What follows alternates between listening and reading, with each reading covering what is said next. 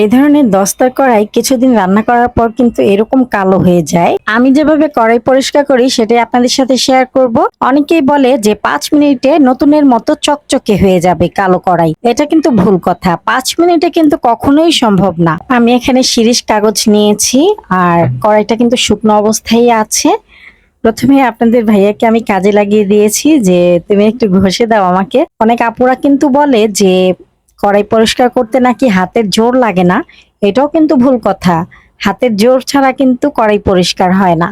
প্রথমে আমি শিরিষ কাগজ দিয়ে উপরে যেই কালো ময়লাগুলো থাকে সেগুলো কিন্তু তুলে নিচ্ছি। এই যে দেখেন কতগুলো ময়লা বের হচ্ছে। আপনাদের ভাইয়া কিছুক্ষণ আমাকে ঘষে দিয়েছে, তারপরে কিন্তু আমি ঘষতেছি। এই যে দেখেন আমি কিন্তু কয়েকবার এরকম কালো ময়লা উঠিয়ে ফেলে দিয়েছি। যত ঘষতেছি ততই কিন্তু ময়লা বের হচ্ছে। আর আমি আজকে বিকালে নিয়েছিলাম, তো ঘষতে ঘষতে সন্ধ্যা হয়ে গেছে।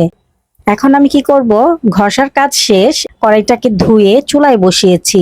এখানে আমি কিছুটা ভিনেগার, হোয়াইট ভিনেগার দিয়েছি আর বেকিং সোডা দিয়েছি। তারপরে গুঁড়া সাবান দিয়ে দিলাম। তারপর হাতের সাহায্যে এরকম একটু কড়াইতে ছড়িয়ে দিচ্ছি। এখন আমি চুলাটা ধরিয়ে দিলাম। ধরিয়ে এরকম আমি গরম করে নিচ্ছি। কিছুক্ষণ গরম করার পর এখন আমি নামিয়ে নিলাম। আরেকটা টিপস দিই আপনাদেরকে, কিছুদিন চা ছাঁকতে ছাঁকতে এরকম চায়ের ছাঁকনিতে কিন্তু চা পড়তে চায় না। সেক্ষেত্রে চুলা জ্বালিয়ে চুলার উপরে একটু ধরে রাখবেন, এতে করে ময়লাটা বা চা পাতাটা পুড়ে পুড়ে পড়ে যাবে। তারপরে আমি ঘষে নিব। আর এদিকে আগে কড়াইটাকে ঘষে নিই। এখানে কিন্তু আমি তারে মাজনির সাহায্যে ডলে নিচ্ছি। ভাইরে ভাই, কে যে বলে যে ৫ মিনিটে হাতের জোর ছাড়াই পরিষ্কার হয়ে যায়, এগুলো কিন্তু ফেক কথা। আপনি যতই হাতের জোর লাগাবেন ততই কিন্তু পরিষ্কার হবে।